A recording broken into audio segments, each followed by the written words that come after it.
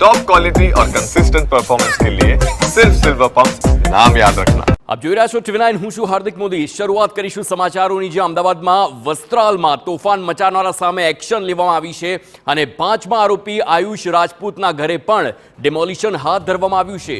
અમરાઈવાડીમાં આવેલા ગણેશનગરના મકાનમાં ડિમોલિશન કરવામાં આવ્યું છે। આયુષના માસીએ મકાન પોતાના નામે હોવાનો દાવો કર્યો। આયુષના માસી મીના રાજપૂતનો દાવો છે, આયુષ અહીં રહેતો નથી તેમ મીના રાજપૂતે જણાવ્યું છે।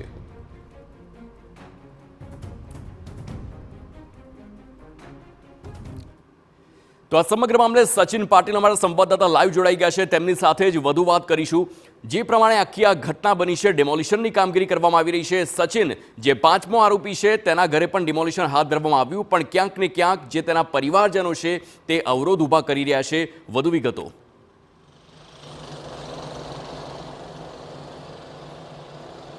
હાર્દિક, સૌથી પહેલા તો કરેક્ટ કરવા માંગીશ કે ડિમોલિશન જે છે એ આશિલ મકવાણા નામના આરોપીના ત્યાં હાથ ધરાઈ રહ્યું છે અને એ છે એ હાટકેશ્વર વિસ્તારમાં છે। અને જે ડિમોલિશનની પ્રક્રિયા તમે કહી રહ્યા છો, એ ડિમોલિશનની પ્રક્રિયામાં જે મીનાબેન છે એમનું કહેવું છે કે મકાન એમના નામે છે, એટલે ટેકનિકલી અત્યારે એના જે પુરાવા છે કે જે પણ એમના જે ડોક્યુમેન્ટરી એવિડન્સીસ છે એને વેરીફાઈ કરીને ત્યારબાદ ત્યાંની જે ડિમોલિશનની પ્રક્રિયા છે, ડિમોલિશન ત્યાં હાથ ધરાશે। અત્યારે આ જે દ્રશ્યો તમે જોઈ રહ્યા છો એ આશિલ મકવાણાના ઘરના દ્રશ્યો છે, જે હાટકેશ્વર વિસ્તારમાં આવેલું છે, વૃંદાવન અપાર્ટમેન્ટ। અને આ જે દ્રશ્યો છે એ દ્રશ્યો એ બતાવે છે કે જો તમે કાયદો અને વ્યવસ્થાને બગાડવાનો પ્રયત્ન કરશો કે અસામાજિક તત્વો માથું ઉચકવાનો પ્રયત્ન કરશે તો આ જ પ્રકારની પરિસ્થિતિ એમની પણ થશે અને સાથે જ સાથે એમના પરિવારને પણ ભોગવવાનો વારો આવી શકે છે।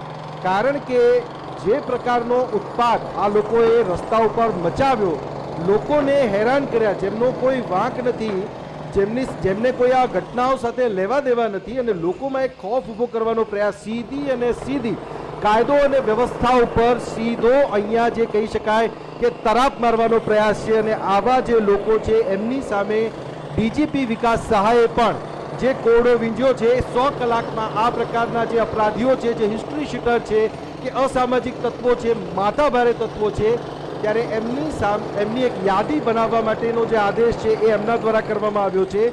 અને આ પ્રકારના જે અપરાધી વૃત્તિવાળા જે વ્યક્તિઓ છે એ અપરાધી વૃત્તિવાળા વ્યક્તિઓ સામે હવે નકેલ કસવાની જરૂર અને એનો સમય પણ આવી ગયો છે। આ જે દ્રશ્યો એ બતાવી રહ્યા છે કે આ જે આરોપીઓ છે એ સિવાયના અને આ પહેલાં પણ જે પ્રકારે આ પ્રકારની ઘટનાઓમાં આરોપીઓના ઘરે બુલડોઝર અને આ પ્રકારે એમનું ઘરનું ડિમોલિશન કરવામાં આવ્યું છે, ત્યારે આ પ્રકારના અસામાજિક તત્વોને હવે જરા પણ સાંકી નહીં।